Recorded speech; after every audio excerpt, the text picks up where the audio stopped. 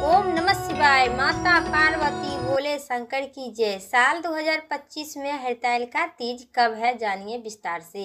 हिंदू धर्म में हरतालिका तीज का खास महत्व है। भाद्रपद मास शुक्ल पक्ष की तृतीया तिथि के दिन इस व्रत को रखा जाता है। मान्यता है कि सुहागिन महिलाएं द्वारा इस व्रत को करने से उनकी अखंड सौभाग्यवती की प्राप्ति होती है। हरतालिका तीज के दिन महिलाएं निर्जला व्रत भी रखते हैं और भगवान विष्णु माता पार्वती की विधि विधान से पूजा करते हैं। इस बार हरतालिका तीज और ज़्यादा से ज़्यादा और भी खास महत्व है। इस दिन शुभ योग बन रही है। ऐसे में इस साल हरतालिका तीज का व्रत महिलाएं द्वारा भगवान का विशेष कृपा की प्राप्ति आएगी। आइए जानते हैं 2025 में हरतालिका तीज की संपूर्ण जानकारी विस्तार से। साल 2025 में हरतालिका तीज व्रत 26 अगस्त दिन मंगलवार को रखा जाएगा। हिंदू पंचांग के अनुसार तृतीया तिथि 25 तारीख को दोपहर में 12:35 से शुरू होगी और इसका समापन अगले दिन 26 तारीख को दोपहर में 1:55 पर समाप्त होगा। तृतीया तिथि उदय काल में 26 अगस्त को पड़ रही है। इसके चलते हरतालिका तीज का व्रत इसी दिन 26 अगस्त को रखा जाएगा। दिन मंगलवार है। हरतालिका तीज दिन मंगलवार को तृतीया तिथि होने से इस दिन आगन की चतुर्दशी विनायक चतुर्दशी का भी शुभ योग बन रही है।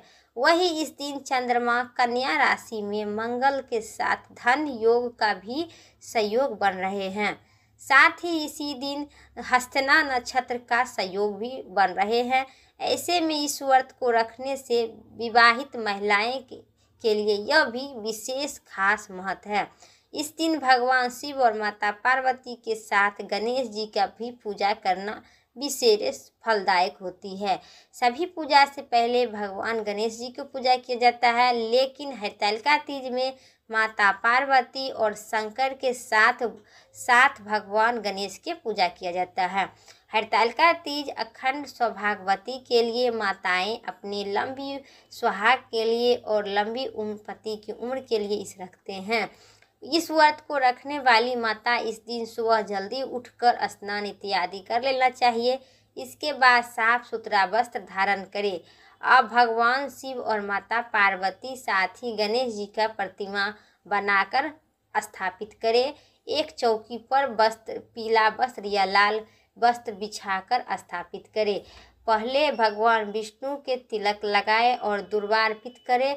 अब विधि विधान से भगवान गणेश जी की पूजा करें। फिर माता पार्वती का 16 श्रृंगार का सामान चढ़ाए, जैसे कि बिंदी, चूड़ी, बिछुआ, अलता, हर एक रंग के श्रृंगार का सामान माता पार्वती के चढ़ाए। भगवान भोले बाबा के, शंकर के बेलपत्र अर्पित करें।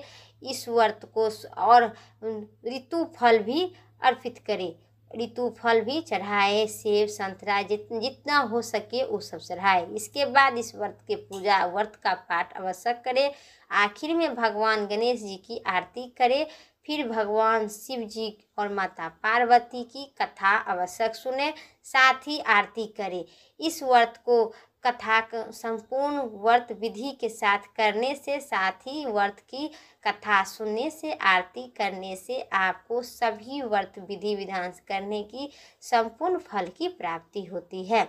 उम्मीद करते हैं मेरा वीडियो इतना ही तक था। इस व्रत को जितना माताएं करते हैं उन्हें अखंड सौभाग्यवती की प्राप्ति हो, भगवान से इतना ही दुआ करते हैं।